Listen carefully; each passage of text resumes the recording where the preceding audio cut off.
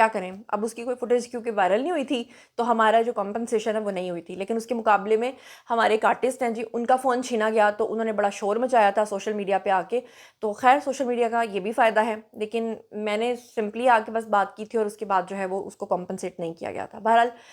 اچھی بات یہ ہے کہ وہ جو خاتون ہے وہ اس کا جو ملزم ہے وہ پکڑا گیا ہے. دکھ کی بات یہ ہے کہ جس کا ویڈیو وائرل ہو جائے گا وہ پکڑا جائے گا, اور جو روزانہ اتنے کرائم ہیں ان کو روکے گا کون. مطلب یہ تو کوئی بات نہ ہوئی کہ جس کی فوٹیج وائرل ہو گئی تو اس کا تو کمپنسیشن ہو گیا, اور جو باقی آئے روز گلیوں کے اندر اور یہ سب کچھ ہو رہے ہیں اور پھر ہم کہیں گے پنجاب بالکل سیف ہے, یہ بالکل غلط بات ہے. میں یہ بھی نہیں کہہ رہی کہ کسی بھی خطے کے اندر آپ امریکہ کو بڑا ڈیولپڈ مانتے ہیں, وہاں پر بھی اسٹریٹ کرائمز ہوتے ہیں, یہ نہیں ہے. لیکن اچھی بات یہ ہے کہ چلو جی وہ پکڑا گیا. اب آتے ہیں اپنے مین مدعے پہ, تھوڑا سا جیو پالیٹکس کو بھی ڈسکس کرتے ہیں. آپ کو پتہ ہے کہ اس وقت پاکستان جو ہے وہ پوری دنیا کا کنگ بنا ہوا ہے. جی ہاں, کنگ کیسے بنا ہوا ہے یہ میں نہیں کہہ رہی. یہ اسکرین کے اوپر آپ کو ایک تصویر نظر آ رہی ہے, یہ باقاعدہ طور پہ اسرائیل کا اخبار ہے جس نے ہمارے آرمی چیف کو, ہمارے فیلڈ مارشل کو, ہمارے سی ڈی ایف کو دا کنگ کہہ کے بلایا ہے. اور دا کنگ انہوں نے ایسے ہی نہیں کہہ دیا, ڈونلڈ ٹرمپ کی وجہ سے لکھنا پڑ گیا, کیونکہ ظاہری بات ہے اتنے ممالک کو بیچ میں ملا کے میڈیشن کرا کے پورے خطے کے اندر جنگ کا خاتمہ کرا دینا, یہ کوئی چھوٹا اور عام انسان نہیں کر سکتا. حقیقت ہے کنگ تو ہے اور اللہ تعالیٰ نے اس کو یہ شرف جو ہے وہ بخشا ہے, تو اس کو ماننے میں کیا مطلب ہو سکتا ہے. لیکن اب مزیدار بات یہ ہے کہ جو فضا ہے اس کا بھی کنگ پاکستان ہے, کیونکہ ہماری جو پاکستانی فضائیہ ہے اس سے پہلے تو دنیا خوفزدہ ہوتی تھی, لیکن اب جب سے پاکستان نے اپنے 16,000 فوجیوں کو تعینات کیا ہے سعودی عرب میں, تب سے لے کر اب تک انڈیا اور اسرائیل کی نیندیں حرام ہوئی ہوئی ہیں, کیونکہ ان کو پتہ ہے کہ سعودی عرب سے پاکستان ڈائریکٹ اسرائیل کے اوپر کتنی نزدیکی سے حملہ کر سکتا ہے. اب جناب کہانی کچھ اس طرح سے ہے کہ 2 ممالک تھے, تیسرا چلیں قطر کو بھی لگا لیں, اس وقت قطر پاکستان کے حق میں نہیں تھا, اب خیر قطر جو ہے وہ ہمارے والے گروپ میں شامل ہو گیا. ادروائز قطر بھی اس سائڈ پہ تھا, یو اے ای بھی اس سائڈ پہ تھا, اسرائیل بھی اس سائڈ پہ تھا, اور انڈیا بھی اس سائڈ پہ تھا, اور افغانستان تو پہلے ہی ہے. یہ کچھ ممالک تھے جو پاکستان کے خلاف تھے. پھر قطر جناب آ گیا یہ والے بلاک میں, جس میں ٹرکی ہے, پاکستان ہے, چائنا ہے, رشیا ہے اور سعودی عرب ہے. اب اس میں قطر بھی آ گیا. لیکن یو اے ای جو ہے اس کے بارے میں کل کے ولاگ میں نے آپ کو بتایا تھا کہ ان کو الگ سے ایک شرمندگی ہو رہی ہے, کیونکہ انہوں نے پاکستان سے جو $2 ارب مانگے تھے, جو انہوں نے قرض اپنا مانگا تھا, وہ پاکستان نے ان کو ادا کر دیا ہے. اب اس کے بعد وہ صفائیاں دیتے پھر رہے ہیں, کیونکہ انہوں نے جو سوچا تھا کہ پاکستان کی کمر توڑ دیں گے, پاکستان سے پیسہ مانگیں گے, پاکستان کہاں سے دے گا. پاکستان نے تو بڑے آرام سے ان کو پیسہ دے دیا, سعودی عرب سے خود لے بھی لیا, قطر نے بھی ان کی مدد کر دی. اب یو اے اپنی جگہ کہہ رہا ہے کہ نہیں نہیں ہمارے برادر ملک ہیں, ہمارا یہ ہے, ہمارا وہ ہے, تو دوسری طرف انڈیا کے کان کھڑے ہو گئے ہیں. ان کو یہ بات سمجھ میں آ گئی ہے کہ پاکستان کے ساتھ پنگا از ناٹ چنگا. ان کو سمجھ آ گئی ہے کہ پاکستان کی بیک پہ اب کون کون کھڑا ہے. اسی وجہ سے انہوں نے جناب, اب آپ کے کان کھڑے ہونے والے ہیں, بڑے غور سے یہ خبر سنیے گا کہ اب بھارتی ذرائع سے یہ خبریں سامنے آئی ہیں. پاکستان نے نہیں اس خبر کو لیک کیا تھا, یہ خبر بھارت سے ہی لیک ہوئی ہے کہ پاکستان کے ساتھ بھارت جو ہے وہ بیک ڈور مذاکرات جاری کیے ہوئے ہیں.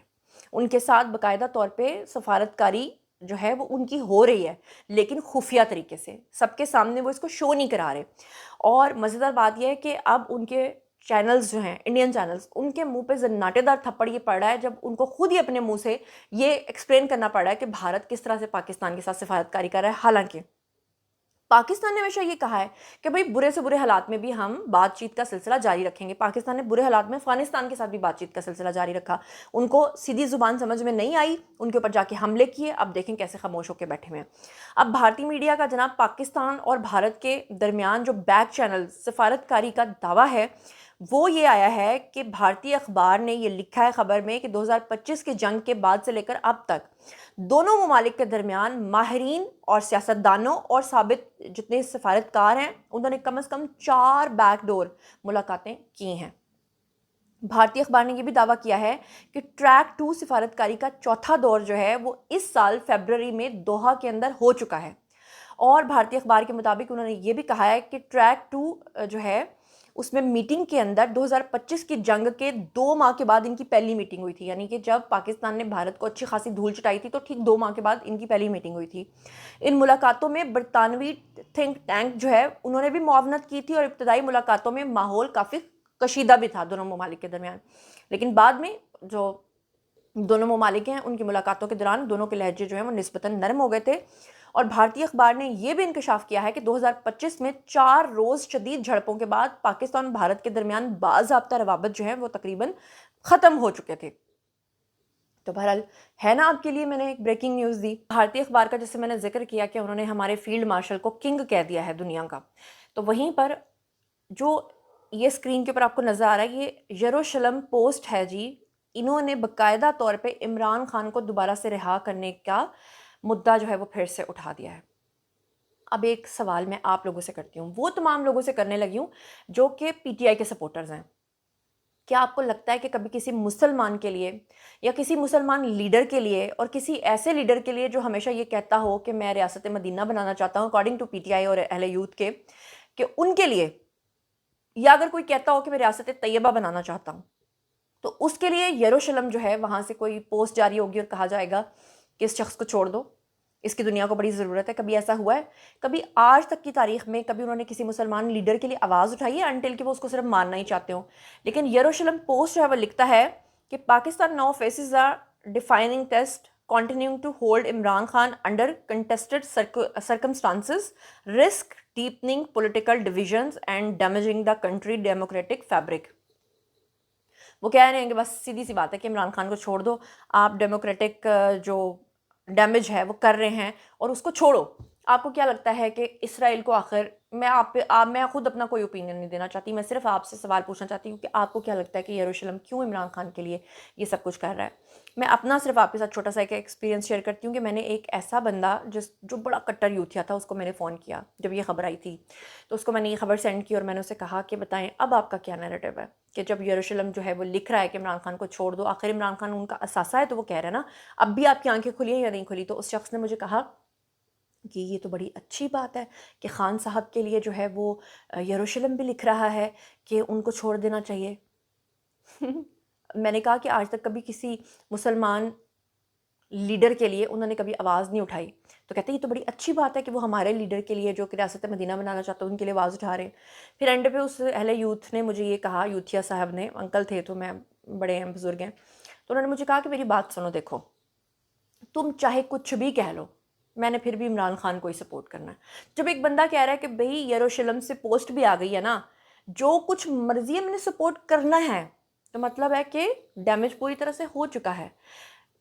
جب آپ نے ماننا ہی نہیں ہے، سننا ہی، تو پھر آپ کیا کہیں گے؟ بہرحال چلتے ہیں اگلی خبر پہ، لیکن آپ نے یہ کویسچن کا آنسر دینا ہے۔ اچھا، پچھلے دنوں محسن نقوی صاحب جو ہیں ان کا ایک بیان سامنے آیا تھا جس میں انہوں نے کہا کہ کچھ لوگ پاکستان سے پیسہ لے کر باہر جا رہے ہیں، اگر ہم نے ایک دو کو بھی اٹھایا تو پتہ چل جائے گا کہ کرپشن کون کر رہا ہے، برائے مہربانی وہ پیسہ واپس لے کر آئیں۔